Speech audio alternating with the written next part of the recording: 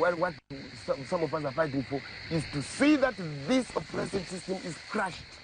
We don't care whether, I don't even care whether I would be part of the top echelon in the room. I'm not worried, but I'm dying to see a change that, in the system. That's all. That's all. Taigara mumako Zimbabwe Alwaka imanya manya dakabatesa Tikichingira Zimbabwe Taigara mumako Zimbabwe Alwaka imanya manya dakabatesa Tikichingira Zimbabwe Vakomana vasikana Zimbabwe Magorila makomo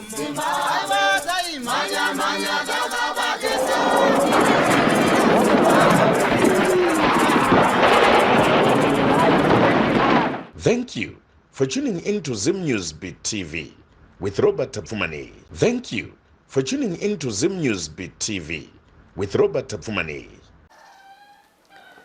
This is the program, The Forgotten Veterans, a program where we trace the footsteps of young men and women then who sacrificed their youthful life to liberate Zimbabwe.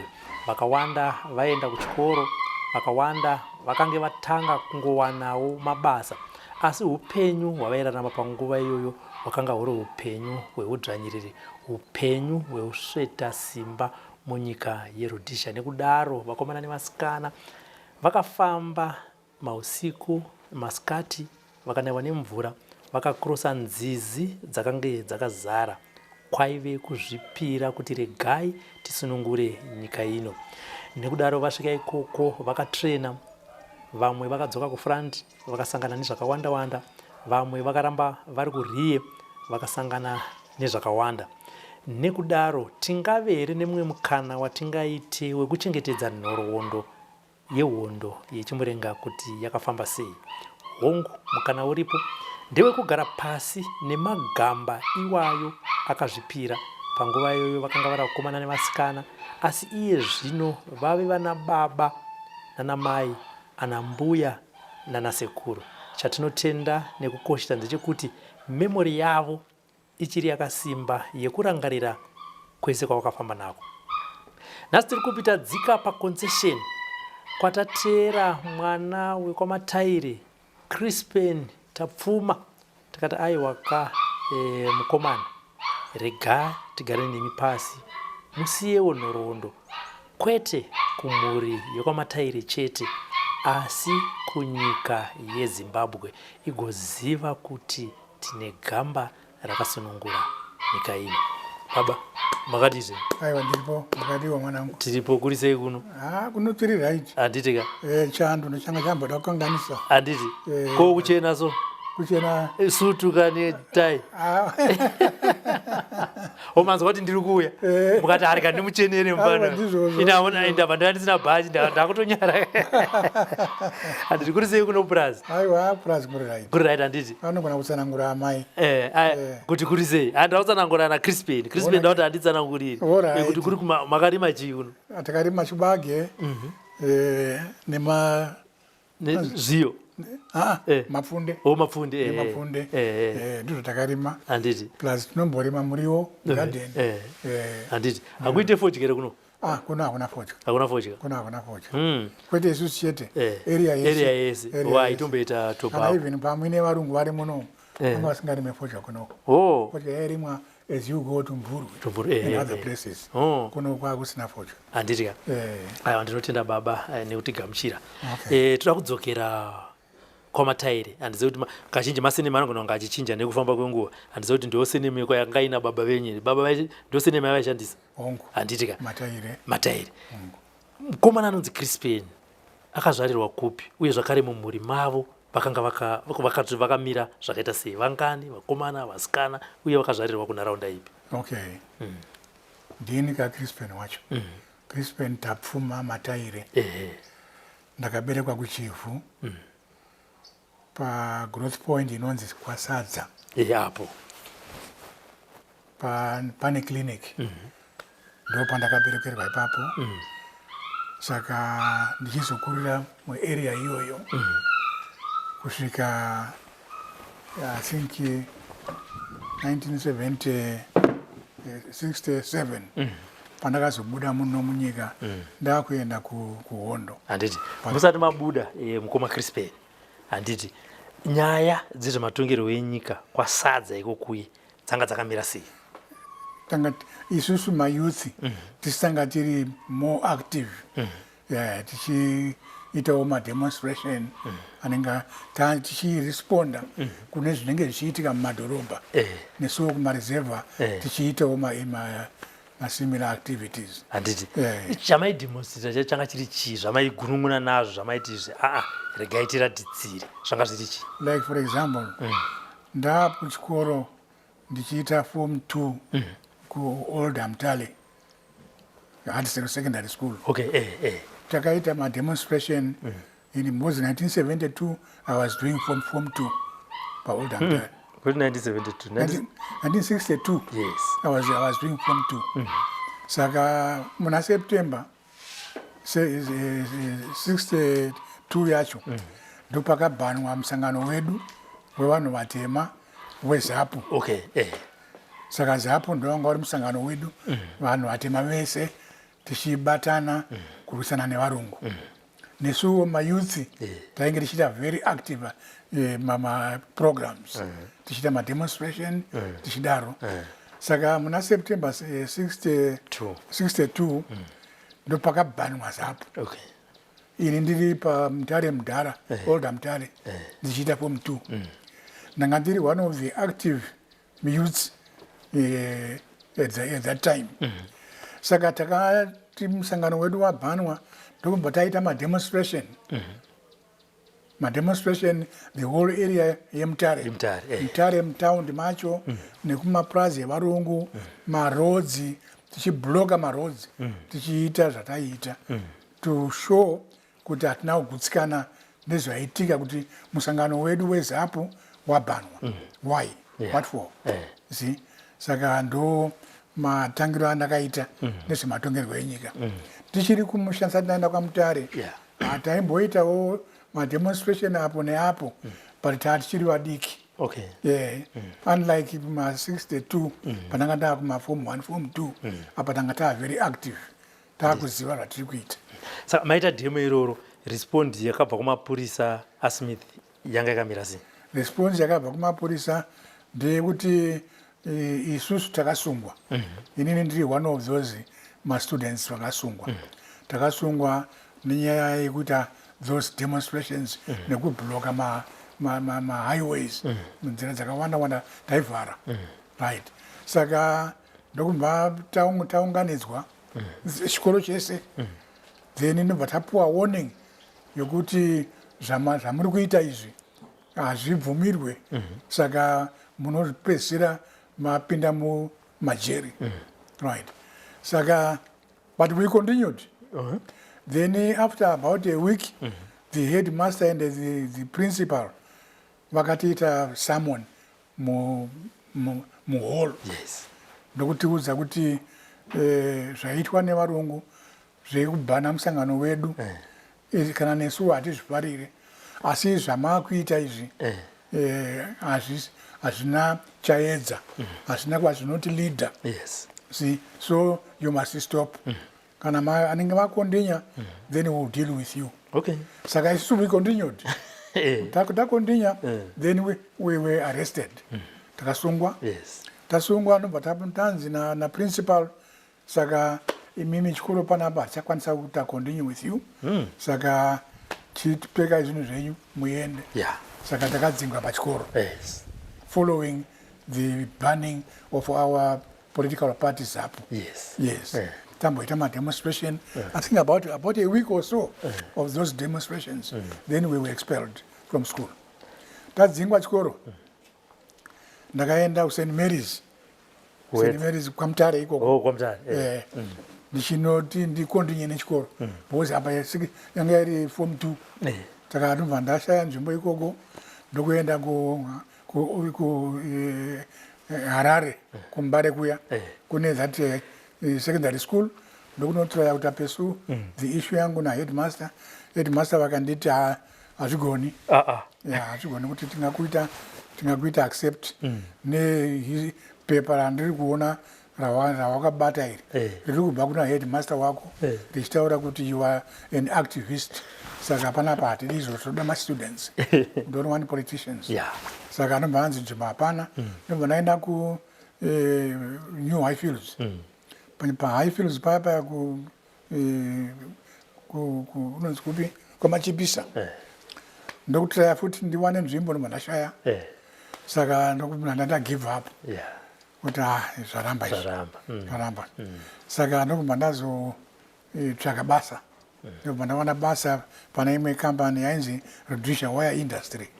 Igore 62 iyoyo paRhodesia Wire Industry. Ndobva ndakashanda kusvikira end of year December. Then muna December ndakasangana nemukuwasha wangu murume wasisi wangu kumusha paholiday apa yeChristmas. Achintaura kuti baba mukana zvikoro zvavhurwa uyai tione kuti tingataura nevakuru kuti muwane basa rekuita temporal teacher. Ngati pakanaka mukwasha. Saka chikoro zvichivhurwa ya63 ndobva ndanoona mukwasha ndobva aenda neni pahwedza pasecondary school. Ndobva aenda neni kune vakuru vechikoro ndobva avaita persuade ndobva ndatorwa as a temporal teacher. Ndichiticha kumatsine primary kuhwedza ikoko. Saka that was 63 ndiri kuticha. 64 ndiri kuticha. 65 ndiri kuticha. Saka 66 ndobva ndadzimwa futi chikoro. Chikonzero ndadzimwa chikoro nekuti ndanga ndakuorganize vamwe mareserve kaya vasiyana nekumadhorobha. Saka kune kumareserve uko vanga vasingazvifariri zvepolitics. Saka ndobva ndadzimwa chikoro pana ndichiticha paya. Then 67 ndobva ndakazoti taita meeting kuHighfields. MuHighfields ndomaive nemba yamudhara yangomo. Aive nemba imomo muHighfields muengineering. Saka taita meeting yemayouth. Taita meeting yedu. Saka ndovataurira problem yangu yandakasangana nayo kuOld Mtali pandakadzingwa paya. Ndotaura futi navo nekwandaitsvaga mabasa ndichishaya mabasa plus ndichizonoticha kuhwedza zvese ndichivataurira. Saka vakanditi iwewe hazvinetse uri mumwe wedu muyouth. Saka vakuru vedu vemusangano vari kuorganiza zvikoro kuvana vevanhu vanotungamirira musangano. Saka iwewe togona kubatsira kuti ukontinue nechikoro because I had shown them ini ndoda zvechikoro. Ndasiyira chikoro panzira. I want to continue. Vakati no problem. Saka tichakuorganizira uende kuZambia. Kuzambia vakuru ikoko vanonokuorganizira kuti uende ukontinue nechikoro. Ndanani wamaita nawo meeting kuHighfield? My youth is up. Do you remember some of them by name? No. Alright, okay. That's a long time. Right. Saka zvikanzi unoenda neBulawayo. Kabva muBulawayo uenda Botswana. Then uzoenda kuZambia. Ndo mafambiro ari kuita veruzhinji.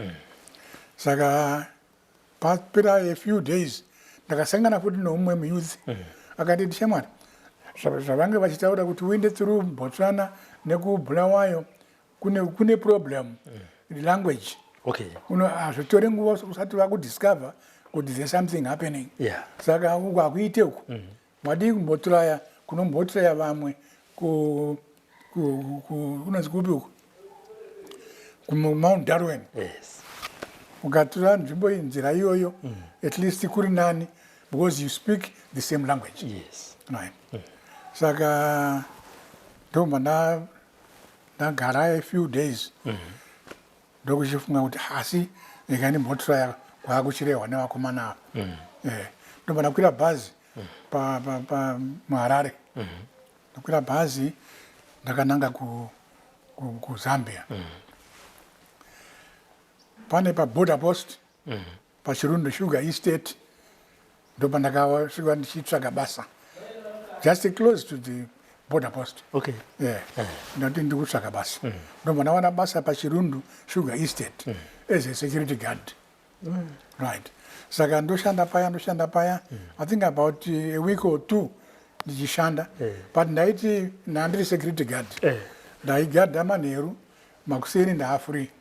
Saka pandienda free ndopa ndainge ndichiita go down the Zambezi ndichisurveya kuti ndinoya ndinobude nepapi. Every day ndikapedza basa makuseni ndosurveya. Ndichidaro ndapaona kuti apa panenge panoita apa. Saka ndokumba ndagadzira matools angu ekuti ndingashandisa. Paidiwo ndakati ndingangoda drum. Ndofunga ndikashandisa drum. I think handinyure because unless kana rakaboka. Saka ndikati my first target drum. Then kana drum raramba reeds tsanga. Ndobva ndagadzira bundles etsanga about 3 bundles. Then ndobva ndachigadzira rowing oar chikudai. Right. Saka ndaanazvo ndaane drum ndaane tsanga. Mane tsanga. Ndaane tsanga ndaane chimuti cheku. Right. Saka sara ndechekuti when do I do it? Saka one night kwakaita bioscope kuKomboni. Kwaita bioscope kuKomboni ndobva ndaenda ikoko. Kwaita kamunhu wese bioscope. Saka vakomana ndagara navakomana 2 vandainge ndichigadha navo ikoko. Saka vakomana vaya panaenda kubioscope ndatoona variko those 2 guys variko kubioscope. Then ndobva ndabuda ndikati saka vakomana vari kunoko ava uku hakuna munhu. I think today is when I must cross the Zambezi. It's today. Ndobva ndazvipa zvivini zvekuti I can do it. Saka ndokumhanya kubva kuKomboni ndichienda kurukova kuna Zambezi. Chimhanya ndichiti is today or never. Is today. Ndichitoimba kudaro. Is today or never. Is today or never. Until I got to the Zambezi. Ndasvika kuZambezi ndokutora dhiramu rangu pacha muna Zambezi. Ndakwira paya. Ndaona pane problem. Pandinodai so ni rowing oar yacho inonenge richidai plus nditi ndikasotoka padhiramu apa handirikwire futika rinorora handirikwire dhiramu harite. Ndotora tsanga dzangu ndatora tsanga dziya ndotora pacha ndapinda murukova ndakurowa ndichirowa right kusvika ndasvika some distance apa 100 meters or so ndokuona after danger yekuti the bundles aya etsanga you can't control direction. The river is flowing this direction. Tsanga dzakareba saka pandinenge ndichirowa ndichienda they lose direction. Chikadai ndaburuka kwakuchidzokera back swimming. Ndikati right. Saka I think this time let me try pane boat yavaishandisa varungu pamaweekends apo. Saka vaipaka ipapo kana vachinge vapedza zvavo zvemifaro yavo. Ndobva ndachidhonza chibhoti chiya pacha muna Zambezi.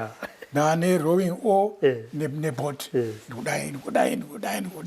Ndasvika pakati perukova ndobva panga pane jecha rakasumuka. Chibhoti changu hachichafamba vakuburuka. Ndoburuka paya pakati paZambezi. Ndaburuka ndakuchidhonza nochidhonza ndapfuura pane majecha paya ndakwira pagari.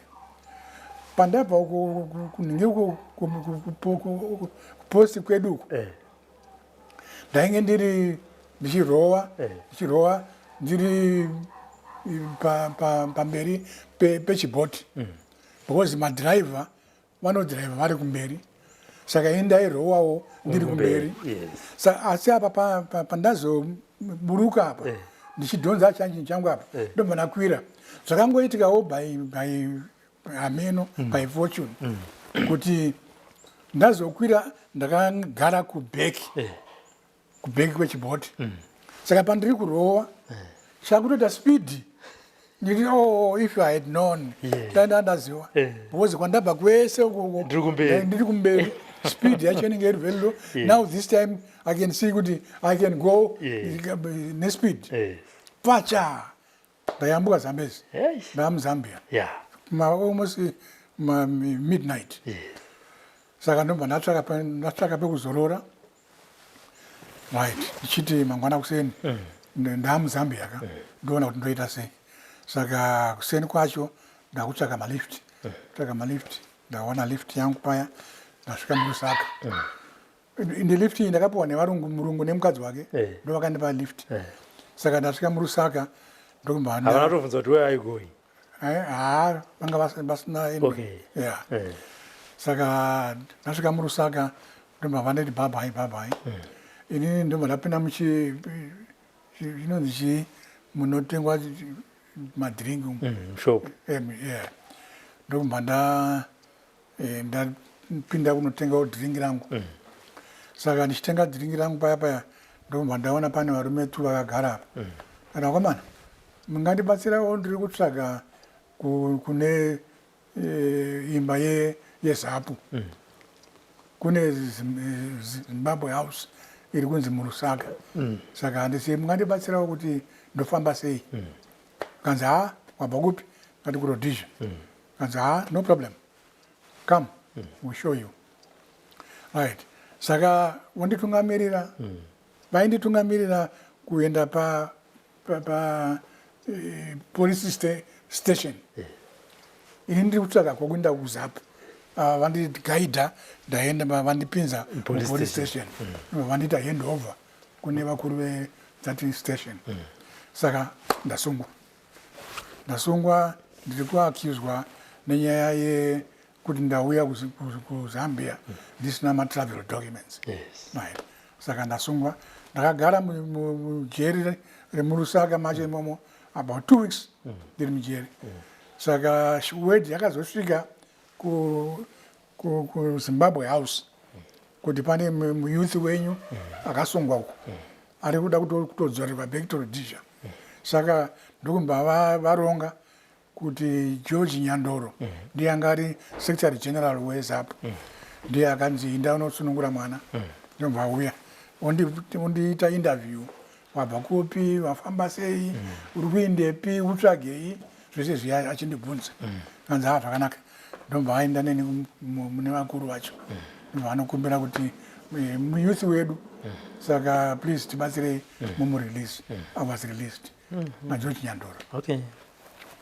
So George Nyandoro took me to Zimbabwe House. Ndonogara kuZimbabwe House 1 week. Zvikanzi now taane enough recruits ekuenda for training. Saka you join them. Ndikati inini boss vakandibvunza kuti wanga uchienda kupi? What were you trying to do? Ndikati ndakutaura history yangu yekuchikoro kwaMutare kwandakadzingwa chikoro kuya. Ndikatira futi pandakamboita temporary teacher. Zvikanzi last time tainge tiine program yekutumira vechidiki kuzvikoro kumatiwa pama-scholarship. But this time tatanga hondo. That program yekutumira vana mayouth kuchikoro takastopa. Because ndakataura kuti ndozvandachifunga kuti ndichaita. Because ndakandaudzwa nevamwe vangu muHighfields kuti kana wayambuka Zambezi wakuMurusaka pati ichakubatsira kuti ukontinye nechikoro. Saka ndozvandakaudzwa izvo. As no, ndozvatanga tichiita, but this time takastopa. We are no longer facilitating kuti mayouth vaende kuchikoro, rather mayouth vaende for training. You see what's happening? Because vamwe vanofunga kuti ndakabva kuno ndichienda kuhondo. Ndasikuenda kuhondo. Ndasikatombozivi zvehondo yacho. Ndasikatombozivi. Apa ndandiri kutsvaka nzira yekuti ndiende kuZambia, vakuru vemusangano vagondibatsira ndiende kontinye nechikoro. Ndinyaya yandichiziva. zveundofanika iya yekuchinhoi handisina information. Saka after 2 weeks takaita about 28 recruits nobva tatumirwa kuSoviet Union Russia. Saka takanotraina kuRussia, totraina kuRussia tapedza takatanga muna April to October tapedza we were taken again to Bulgaria tota training yedu Bulgaria tapedza then nobva taenda futi back to Tanzania kuMorogoro main camp yeZAPU totraina tapedza. Saka zvadaro inini nevamwe takanga tiine maobservations atakaita ekuti kuZAPU kune a lot of regionalism yekuti kana vachipa vanhu mapositions vanofevha mandevere mashona vashoma vanowana those chances. This was regionalism. So I used to talk nevamwe vangu vakomana ndozviri kuitika izvo. Saka why don't we cross the floor from ZAPU to ZANU tiende kune vamwe vedu ndichitoti vamwe vedu mashona mazezuru. Saka patabva kuBulgaria tasvika muTanzania paborder town ndopatakaona sangana neumwe mutungamiriri weZANU ainge achigara imomo muTanzania manje ndiakati akana muchida kuuya kujona do you remember the name? Name I forgot. Okay, yeah. Saka ndinogona kukubatsirai ndinokuratidzai kune vanhu veZANU kana kuti vamauda kuenda right. Saka ndokumba tangogara a few days. Tagara a few days pane vanhu vaibva kuRusaka vachienda muTanzania vaiti briefer zvaichiitika kuRusaka kuti vana James Chikerema nana George Nyandoro nevamwe vanga vachinema misunderstanding ndevere versus Shona. So ndomba tawirirana pakati pedu nana Rex Nhongo nana Badza nevamwe kuti let's cross tiende kuZAPU tiende kuZANU kuno hapana chedu kuno mandevere ega vari muutungamiriri. Saka ndomba takrosa that night ndomba ndati nini kuseni kwacho rega ndada kudzokera kukembi kune vamwe vakomana vari vatasiya kukembi vasiri kuziya urongwa uhu. Saka rega ndidzokera ndinotraya. I hope kuti veZAPU vacho vatungamiriri havasati vaziva zviri kuitika. Saka vana vamwe vangu vakati Comrade David don't go. David don't go, they were pleading don't go. Ngati havasati vazviziva kuti tacrossa floor. Anditi tidzokere masimba David rakabuda papi rakatangira papi? David. The name, yes. David Tonana. Yes. kuZAPU. Makatanga muri kuZAPU. Ndiri kuZAPU. All right. Right. Saka vamwe vangu vakuramba kuti David don't go. Yes. Don't go. Havasati vazviziva kuti tacrossa floor. Right. And all right, pachako. Ndobva ndaenda ndichingosvika ndabatwa nevakomana veZAPU. Tatiri one group but this time manje tasiyana ndasungwa paya. Saka ndobva ndarara ndakasungwa mangwana acho kwamba vadhiraivha kuenda kuMorogoro main camp yavo muTanzania Morogoro. Vanita handover kuvakuru vavo kuti ava Comrade Devi vakaorganiza vanhu kutiza kubva from ZAPU kuenda kuZANU.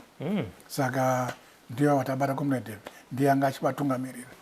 Saka ndobva ndasungwa paya ndaiswa mu-underground cell papa paine gomba rakadzika rakati ndobva ndapinzwa imomo. saka ndichigara imomo chikafu chichiuya ndobuda ndodya ndodzoka kana ndapedza ndodzokera vovhara vachingodaro vachidaro for almost 2 weeks. Saka one day manje uyu gadha auya nechikafu kuzandipa chikafu. He was a chain smoker. Now he says, comrade Devi, ndakoshiwa fodya ukembi. Saka ndakudzokera ukembi untuna fodya. I hope pandinodzoka ndinoona wapedza kudya. Right. Saka ndakuenda ukembi. Saka ndombaenda. Saka ndikumuona uyo ndikumuona uyo. Saka pane some distance. But I think I can make it now. Ndikoti speed ndakananga ku highway. Napinda mu highway. Kutsvaka malift. Pacha Dar es Salaam. Pinda mu Dar es Salaam ndakuchibvunza manje kuti mungandibatsirewo party yezanu iri papi. Maofisi avo vari papi. Right. Vachindidhirectawo zvisingabatsire kusvika ndasvika pane vakandibatsira kuti ndawakadai. Right. Ndomana asvikuona vamwe vangu vaya vandakatisa navo vaya vana Rex vaya varipo. Saka we were very happy taonana. Right. Saka muna what month was it? It was December. Pataka unzwa ku Mozambique. Taka for deployment. Which year? 61. 71. Yes. Right. Saka ndomba ta deploywa kutete mu Mozambique. 345. Kana makambonzwa the group of 45. Yes. I was part of that group. And then I'm medical officer in that group. Right. Saka basa redu rekutanga ranga riri rekutakura war materials. Tichitakura material tichinoviga uko tichinoviga from Mozambique to Zimbabwe. From December kusvikira June 345 tichidaro. Then muna June Comrade Tongo wana Comrade Meya urimbo vauya from Rusaga vaita meeting nesu vada kutizivisa kuti party iri kuti yagutsikana nezvamuri kuita. Saka chiendai kumusha munotanga hondo. Right.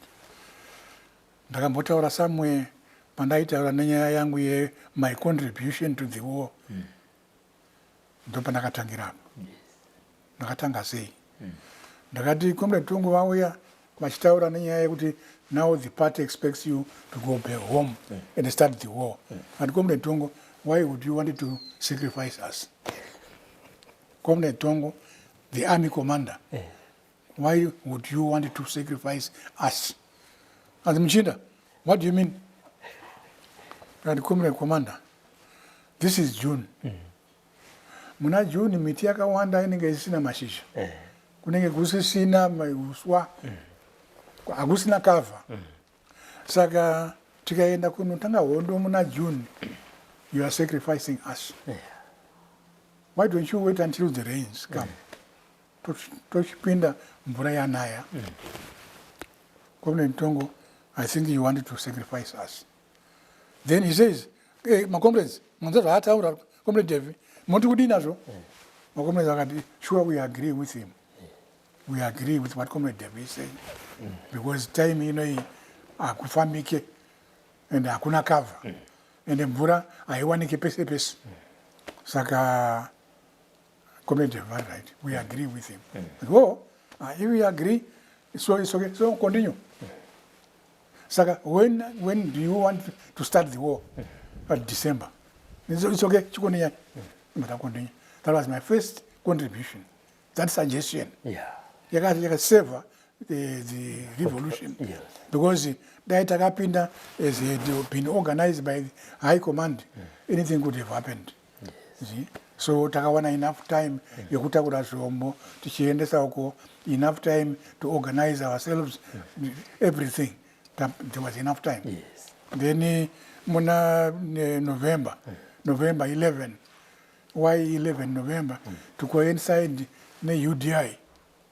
UDI kwaSmith iya saka takati ndopatoda kupinda kumusha kunotanga hondo yacho pakatwa UDI naSmith 11 November saka 11 November asvika ndomba tachirongana 23 munoenda kuChiweshe kuSendinary 22 kwaMutoko saka takati subdivide ourselves into 2 groups group yaenda kwaMutoko group yaenda kuSendinary saka pagroup yakaenda kuSendinary I was one of them tanga tiri 23 saka tiri 23 takatine 2 commanders Comrade John Pedzisa anga aine one group David Todlana aine rimwe group there were 2 groups saka iwe John Pedzisa unoparata uri kuSendinary iwe Comrade David Mount Darwin saka tikati all right when do we start hatitange at Christmas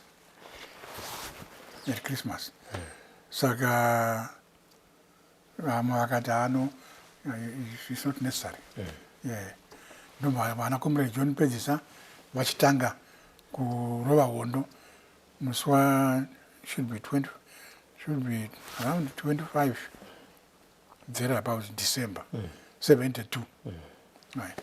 Saka ini ndikanzi niwe David you must also look for a target worova target yako pa Christmas yes saka John Pedzisa akawana target yake musi 25 December ndobva arova target anti munoziva yeni iri kunonzi kupi ku Altena Farm munoziva ka ndo yaJohn Pedzisa iyoyo yaakanowana target akarova at Christmas inini David Todlana ndapuwawo target nevanhu vangu asi tashaya target taifana kurova at Christmas John Pedzisa unofana kuridza kuti wawana target 25 December. David 25 December. Yes. John Pedzisa awana target 25 December. David ashaya target. Apa tichiri kungotenderera. Tichiri tichitsvaka target. Why taishaya target? Because age gomo rinonzi Mavradona kwakusina varungu vakawanda. Okay. Tifunga kuti tichawana pane police station kana nothing. Saka ndomba tatenderera ndomba taona pane store ye farm store right mufarm store muya mamwene vanhuwo vemapurazi nemurume uyu ainge achitengesa so tikavati vakomana nyika ino taane hondo saka hondo yedu is against varungu saka imimi chibva ipano izvozvi takutopisa story iyoyi ndiye varungu iyi saka imimi chibva ipano chidzokera back kumisha yenyu right ndomba tapisa story iya ndokunocherera gomba ratakaisa landmine inoziva landmine tocherera izvo zvemalandmines zvemaengineering ndondaiziva manje zvandakafunda kuRussia saka tocherera landmine yedu tobvara takuchienda manje kunotsvaka kuti any other target saka story iya pairi kutsva ndopakaita alert varungu kuti what is going on. Saka varungu pavakauya ndopavakasangana nelandmine muroad macho vablowa landmine and zvinotove nembiri kuChiweshe kuti Comrade vava ndo vakaridza landmine iya yakauraya varungu vakawanda nditori nembiri ikoko inzvimbo ipi panonzi pachipa pashopihamchaziva manje time but it was a popular incident right tapedza ipapo ndobva tachiuya kuno kuChiweshe apa tatiri kumavradona uko ndokutsvoya kuchiwechi kuno panonzi papi kuna nama inini kuya panonzi pakiriniki yavo okujinga mvura right saka gomo repajinga ndopatakakwira mugomo muya takagara imomo mugomo imomo takagara about a few days ndokuti hatichindei tinorova varungu ndobva taburuka mugomo muya ndokuenda ndokunorova varungu tarova varungu ndobva tatiza and ndopandakaona something an incident is really difficult to explain kuti ndichikwenya machisi kukanda mutengi redhizeri retractor machisi achidzima ndichikwenya achidzima ndichikwenya achidzima kutozosvikira ndazowana plan yekuti kutora uswa kwakuisa pasi petengi kwakuchirova chibhodhoro chiya chetengi then raakudururuka then kwakuchitungidza papurazi yemurungu centenary right saka ndokurara tichifamba kwakusvika pane imwe area ine border chiweshe nedarwin saka ndikati panapa akomana ngatichirestai panapa saka vakomana vangu takarara tiri mulaini saka iwe first ndounenge uri pagard on guard for 1 hour after iwe umusa the next after the next right saka all right vakomana vaya tavapaka mataski ekuti vanenge vari on guard saka kwaedza kwakuchena pane anga ari kuleft kwanguku mwe anga ari logistics aizi nakweshiwa zita rake right saka ndikamuti ndipowo fodya ndaimuti sekuru because anoera sinyoro ndaimuti sekuru sekuru ndipewo fodya saka pari kupinza ruoko mubhegi kuti andiburisire fodya inini ndiri aletika sekuru chiregerai varungu avo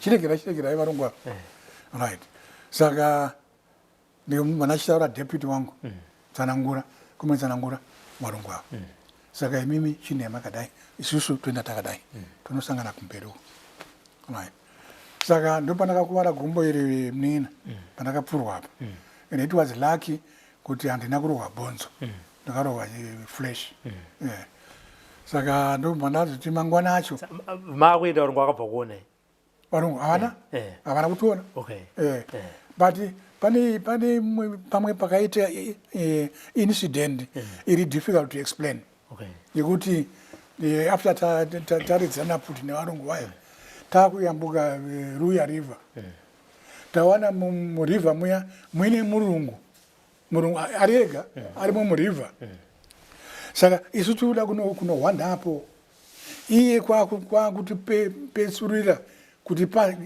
space kuti tipfuure kuti why akasafuti handina kuzoona izvo handina kuobserve but ndikuti murungu ari kutotsauka kuti tipindai I was surprised kuti what happened anyway ndokumana vaya kwakumalate akomana imi michidzokerai back to Zambia inini chindirirongerai ende munotaura sabhuku chaka kuti auye azonditora handichakwanisa kufamba itorazoti pamakapfurwa ipapo chii chakaitika bvunza chiti makati iwewe tsanangura ina nekuku ini ndakuenda nekuku yes ndopamakapfurwa here ipapo ndopandakapfurwa saka kuti varungu vakakuonai varungu havana saka makapfurwa nani nevarungu imini kuti saka vakationa ndovakandipfuura kapo ndovakandipfuura saka pakatita bato here kana kuti ano it was just one shot just one shot hatina kudzorera ivo havana kuripita it was lucky remurungu iyeye yekungonanga one time ba ndapfurwa apa saka ndapfurwa apa ndakagara ndakadai varungu vari kubheki kwangu ndichitry kutesta kuti ndakuvara zvakadii ndakagara kuti yangu ndakabereka kudai harina kwakuchitanga kumhanya vakomana vangu vanga vakatondimirira uko inapa ndikuona kuti gumbo rakuwara zvakadii ndosvika pavari ndakomana imimi chiendai back to Mozambique ini handichakwanisa kufamba asi endai nepasabhuku chaka muchimutaura kuti ndakuwara aronge auye neboys vazonditora auye neboys vazonditora ndikanzarwa community vakomana vangu vaenda ndasara ndega manje saka chaka uya nati ngauye nemayuzi apa there's no chaka hapana auya so one day 2 days zuva rechi2 ndakati I think ndikatadza kuzvibatsira ndinofira pano ndini uyu ndakufamba ndakananga kwasabhuku chaka manje vaindizivaka ndandiri kwamanda saka ndosvika kuya kwasabhuku chaka ndasvikaona kuina adzimai arume vavo vaenda kumusangano vaenda kumeeting nevarungu kuti vanhu vatakapfuura nezuro vaya ndimi muri kuvabatsira saka vanga vadezwa kumusangano right saka naamai ababa vaenda kumusangano saka munogona kuvamirira kana muchida ndikati ndovamirira asi handivamirire panopamba ndoita so amai mungona gomo iro ini ndakuenda kugomo iro ndakuvara ndakakuwara musi uya pakadedzwa puti saka ndakuenda kugomo iri ndonovamirira baba ndiri mugomo imomo imi kana vauya ngavanditevere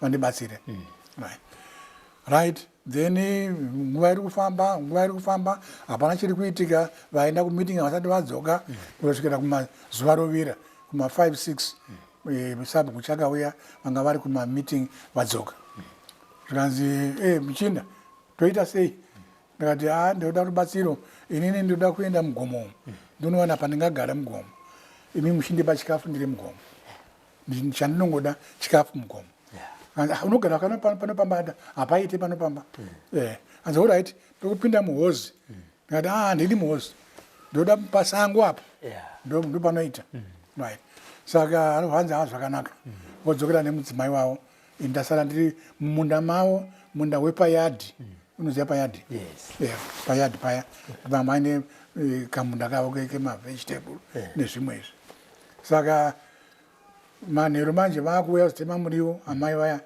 kuzotema muriwo mugadheni mavo ndo pavakandiona mhanyira kumba kunodedza varume vavo comrade vaya pavachiti vari kuenda kugomo havana kuzinda kugomo vari mugadheni vauya musabhuku iye muchinda anati baba handichakwanisa kufamba kana andichitaura paya kuti ndichaenda kugomo handichasvika handichakwanisa kufamba saka nanichiti inini chandinongoda dai ndaikuwana chikafu this is all what I want right kandi ndakuzogona kufamba then ndodzokera but pari zvino izvi kufamba hakuswiti hanzi alright amai pota vachikupai chikafu kanzi pane hozi munoziva hozi saka kanzi tokupinza muhozi wogara imomo amai vachiuya nechikafu vachikupa kati muhozi hazviite ndinoda pari open pokuti varungu vakauya ndinofanira wanguwo kana ndiri muhozi umo vanondikira vondipisa ndiri muhozi hazviite ndinoda pari open pandinokwanisa kunge ndichiona zviri kuitika nzaa zvakanaka saka todaro vachiunza chikafu after about a week because ndaita exercise every day exercise right saka ndaona zvinenge zvakuita right ndikati kuna sabhuku ndibatsirei ndinoda 5 loaves chingwa ndinoda mabhodhoro enenge aya edrink right ndokuti ndiwane chokudya munzira ndichidzokera kune vamwe vangu handidi kufamba ndichikumbira chokudya ndoda kubva kunoku ndiine chokudya chakakwana ndinosvika kune vamwe vangu ndisingakumbiri vanobva vaenda baba vaya sabhuku vaya ndonotengera 5 loaves chingwa 5 loaves chifuti right saka nobva vandipa ndikati sabhuku naamai ndakuenda athingi zvanani ndakuenda ndobva ndafamba ndakanangana kune rukova rwekumadokero uko ndaiziva pari munopindira kumozambique ndobva ndananga ikoko rukova ikoko ndasvika ndokutanga ndakundaidai ndakaita 7 days ndichifamba kuenda kumozambique Saka ndasvika pabhesi pedu paya ndoona vanhu vakaungana. Ndisati ndasvika pabhesi pane pandaka hamisi kuti ndaida chii pandakakumbira kamwe kamwana. Kamwana akamba kanoripota kuti kune munhu akabereka pfuti. Ari kundibvunza kuti kubhesi kuya ndekupi. Saka ndagara ndikati zvonaita ndairasa. Ndapfuurira ndasiya asati aunza ripoti. Ndaenda ndosvika pabhesi paya ndoona vana comrade Tongo varipo nevamwe macomrades vakawanda varipo pabhesi, including vamwe vandanga ndinavo kuya kwandakapfurwa kuya vanga vapo. Saka comrade Tongo was happy, comrade Devi taifunga kuti makapfurwa, taifunga kuti makafa. Thank heavens muchiri kurarama. Right. Saka comrade Devi tauya ne power ishi vanga vari kuma 20 something. Tauya ne power yekuita reinforce. Saka asi mimi kana tadeploy ava mimi todzokera back to Lusaka mumbono ita recuperate mumbono zorora muRusaka. Ngada comrade Tongo kuRusaka anchada kuenda kuRusaka ndapora wozi kubva 7 days sezi ndichifamba andinamboona problem. Saka ndikunda kuRusaka no, I want to join ava toenda back to battle. Right. Anza comrade Devi hondo ichiripo kana kunyakurwa nemapfuti mbiri riripo but iwewe first kuRusaka tombono rapa uri kuRusaka. Ndikati haiwa comrade Tongo inini I want to join ava. Anza all right vakomana vaya voverengwa. Right, macomrades komanda wenyu comrade Devi ivo vaya vanhu vandaona varipo vaya ndini ndaa komanda wavo. Takananga kunhengi Manjoko Darwin. Right. Saka tofamba tasvika apa ndopa takaona kuti vakomana kuno hazvina kumira mushe. Kune vamwe amai vainge vari nen'anga nevakomana marecruit edu. Vakomana ava vakatiripota kuti baba comrade pane amai vanosvikirwa vari kuti vanoda kukuonai. Saka hatizivi kuti tingavadeedza here kana kuti tiende here kwavari hameno. Ndikati handei kwavari. Munhu unoziva nzi mukadzi. Ati handi. Tosvika paya tovaona amai vaya. Amai vaya votaura kuti inini machinda ndakazviona kudhara kuti masoja eZimbabwe ari kubva nekumadokero achipinda munyika muno ende hasitori nguva musati matora nyika ino. Saka ndaida kutora masoja 12 vandichafamba nawo. Zvamakaita izvi makawandisa. Zimbabwe kuisunungura haimbonidi vanhu vakawanda kudai. They just need 12. 12 is enough to liberate Zimbabwe. And vakomana line up, vamana kuita line up. Saka vainge vaine mudonzvo wavo vachisa pachipfuva apa kuti enda uko voisa enda uko voisa enda uko. Right. Saka takwana 12. Zvikanzi ava vamwe ava superfluous havasina basa. Vanhu vachasunungura Zimbabwe ndivo ava 12 ava. Mudzimai anonzi haizi n'anga mudzimu zvemudzimu hamchazazitarawo. Right. Saka vakomana ndikati vakomana imi michidzokerai back to Mozambique monotimirira ikoko kana taita zvatinenge taita uku we'll come back and meet you. Chidzokerai because amai ava vati vanoda masoja 12. Saka isu tanga tiri 24 tatakawandisa. Right. Saka voenda isu takufamba tofamba tosvika pataida kusvika. Ndobva taita 2 days vanhu vachiridza ngoma vachifara vachidii tichibikirwa nemhuri yemuarea imomo. Right.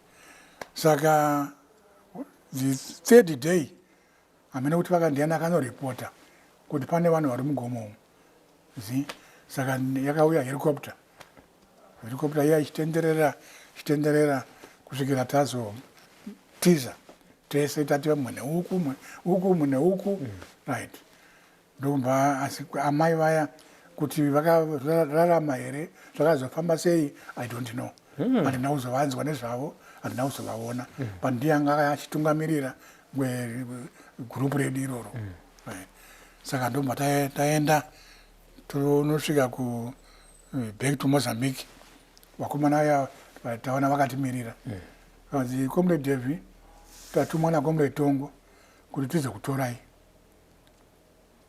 tatumwa naComrade Tongo kubva kuRusaka tizokutorai vari kukudai back to Rusaka and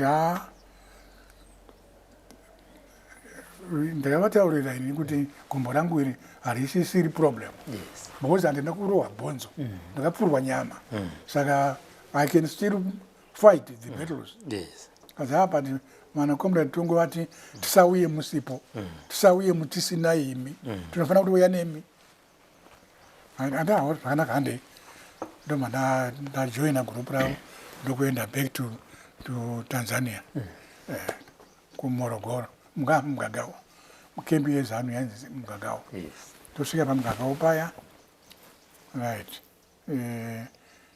tointroducwa kune maComrades vanga vachiti vari patraining tozobva toenda kuRusaka kwaona Comrade Tongo Comrade Tongo vakati Comrade Devi tati at least mumbowana kunyatso recover gombo renyu iri right akati but Comrade Tongo enda ndichada kunge ndiri kumufrande kuno kwa ndiri nchiitei muno mutaundi no it's okay umbopora right saka zvaitika kudaro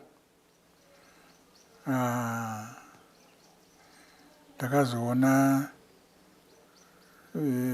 pakaita problem yekuti Comrade Chitepo vakafa 75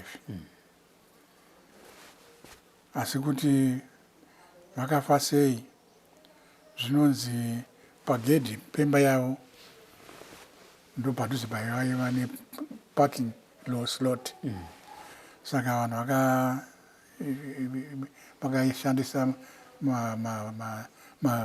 mabhomu ndokucherera mabhomu paya ndobva yadhuru imba yaChitepo right saka isusu manje tazove kuTanzania kumugagawo ndopakanzi tichaketa vakomana 3 vanobva kuno kuTanzania vachienda kuNhamu kwaChitepo saka pakagetwa Comrade Gwauya, Comrade Dzino naComrade Devi isu tisu takanzi tiri kuenda kuNhamu kwaChitepo kunomirira East Africa tisu vatumwa veEast Africa vokuenda kuNhamu ikoko tasvika kuNhamu kuya nobva tasungwa vamwe vazhinji vanga vasungwawo isu tabva kuEast Africa nobva tasungwa kunzi ndima kauraya chairman wenyu saka ndokuiswa mujeri for about a week tiri mujeri ndobva tatonzi aya vasunungurei ava vaibva from East Africa saka there's no way yavaita link up nevari muRusaka ndobva tasunungurwa ndobva taendeswa kukembi yeZambia yainzi chii mama mukangano Mboroma mama uchiri kungona yainzi Mboroma camp ndo yainge iri yemarefugee ese yeZimbabwe vanga vari muRusaka kupi vachibva kumusha kupi vese vanga vakasungwa vari paMboroma ipapo saka ini ndobva ndapoindwa ndiwe commander weMboroma camp yakuendi command Comrade Dzino naComrade Gwauya vadzokera back to East Africa vadzokera saka so tagara isu takazoti vakomana muno muZambia hatina ukama nevanhu vezambia. Vanhu vezambia havatide. I think vanhu kwavo vari nani Mozambique. Isusu hatidzokerei patatichiopaleta mazuva ese aya taatiri Mozambique. Honai magariro atiri kuita muno muZambia. Nokuti maZambians havatide. Saka ndikati alright ndichatungamirira everybody munditeere mafambiro atiri kuita. Ndokufamba vachiridza kuti maZambians vachiridza ndokufamba think about 5 kilometers tawana panenge pakati nakei tikati akomana atimbokemba ipanapa. Saka nhamu yatakazowana yanga yava nhamu yechikafu. Where do we get food? Ende tatakawanda over 1,000 marecruit matrenado nepovo tese tatakangosangana ipapo. Right. Saka tozotuma vanhu kuti kune kembi iya kwatabva kuya vatipe chikafu. Saka topiwa chikafu tichidzokera. Saka one day ndo pamasoja aJames Chikerema anga aripo patraining ipapo. Ndo vakabata vanhu vedu vanga vaenda ikoko kunotora chikafu vavasungu. Wedimba yasvika kukembi kuti vakomana vaya vaenda kunotora chikafu kukembi yeZambia vasungwa nemafloris.